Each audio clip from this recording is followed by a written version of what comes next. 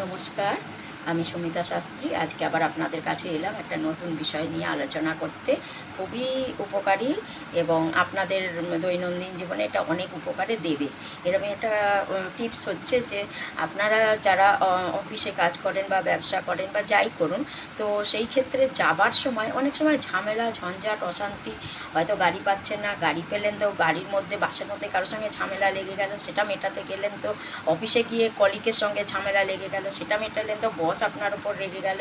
এই যে পরপর একটা না একটা প্রবলেম মানে লেগেই থাকে যাবার সময়। ম্যাক্সিমাম ক্ষেত্রে এটা হয়, অনেকের হয়তো হয়ও না বা মাঝে মধ্যেও হয় এরকম প্রবলেম। তো তার থেকে মুক্তি পাবেন কি করে? তার থেকে মুক্তি পাওয়ার উপায় হচ্ছে আপনারা প্রতিদিন মানে একটা তামার পাত্রে রাত্রিবেলায় জল, আপনার যে সিংহাসন আছে, ঠাকুরের স্থান আছে, সেখানটাতে রেখে দেবেন সেই জলটা। এবার প্রতিদিন যখন তারপর আপনারা যথারীতি আপনার কাজ টাজ করলেন টরলেন, পুজো করলেন সকালবেলায় উঠে, করে যাবার আগে ওই জলটা কিন্তু আপনারা খেয়ে যাবেন। খাবেন কিভাবে? গন্ডুসের মতন হাতের মধ্যে ঢেলে, এবার চুমুক হাতের মধ্যে থেকে জলটা এরমভাবে নিয়ে এরমভাবে চুমুক করে খেতে হবে কিন্তু, ঠিক আছে?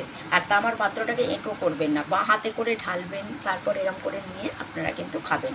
তা এইটা যদি আপনারা করতে পারেন অন্তত 3 মাস, তাহলে দেখবেন আপনারা আর অফিসে যাবার ক্ষেত্রে বা কোনো ভালো শুভ কাজে যাবার ক্ষেত্রে